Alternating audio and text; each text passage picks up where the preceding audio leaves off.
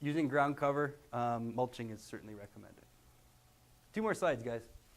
Hey, look, water. I love that picture.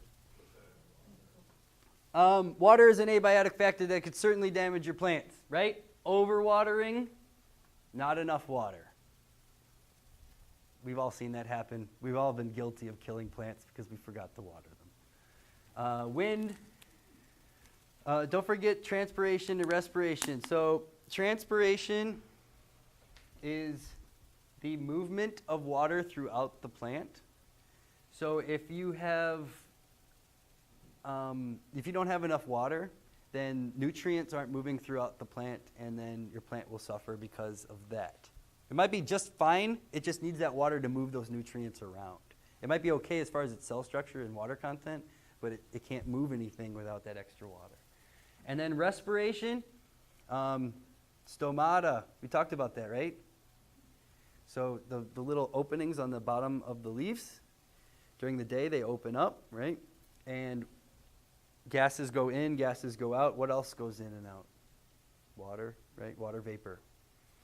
So you got to watch how much wind you have, because you might have so much wind that as those stomata are open, that water vapor gets swept away by the wind. And what happens is the plant needs to replace that cloud of water vapor around the leaf, because it needs to have that to exist. So it'll put more water vapor out on the bottom of the plant only to be blown away again. So with too much wind, you don't have that perfect condition around the leaf surface that the plant is looking for, and it keeps pumping water out into the environment to change that, and the wind keeps blowing it away. So watch your wind. Irrigation is super important. If you can irrigate, it's the best way to get the most return out of your crop. Biggest problem I've seen in Hawaii as far as people not getting the yields they want is they don't irrigate. They go, we've been using the rain forever. Oh, did you know you're in a 6-year drought and you're getting about half as much rain as you did 20 years ago? Do you realize that? People don't realize that. So making sure that every day your plant has exactly the amount of water that it needs to grow is the best way to produce a crop that is marketable and that you can make money on. Water's pretty cheap for what it is. I mean, it's so important to crops that if you irrigated your crops and paid that extra money for the equipment and the water, chances are you're going to get a large enough return back that you've made back your money and then some.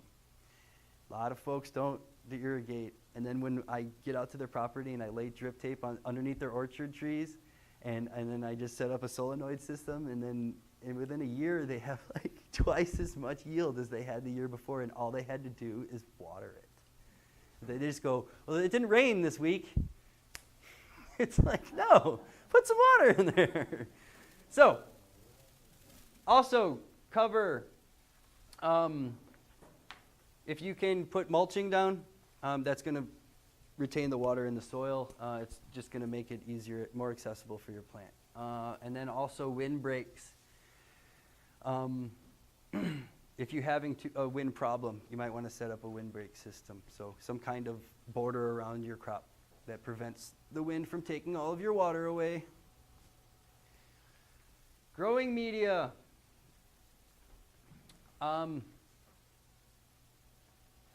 guess moisture holding capacity is important. What am I talking about here? Water, just abiotic factors, huh?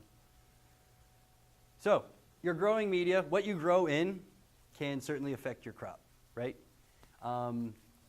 The water holding capacity of your soil, or if you're not using soil or coconut coir or whatever, the nutrient capacity, the gas exchange, the root foundation, and if you have any problems with your growing media, chances are if you increase your organic matter, you're going to do better than you did without the organic matter. Okay? Last slide. Hey, remember this thing? Plant fertility, nutrient availability. If you don't give your plants enough nutrients, they're going to die or they're not going to do well.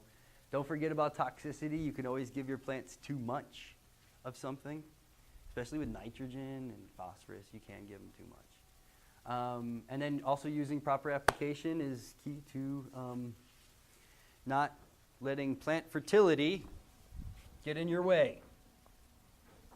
take a break, guys. I'm going to go set up the microscopes.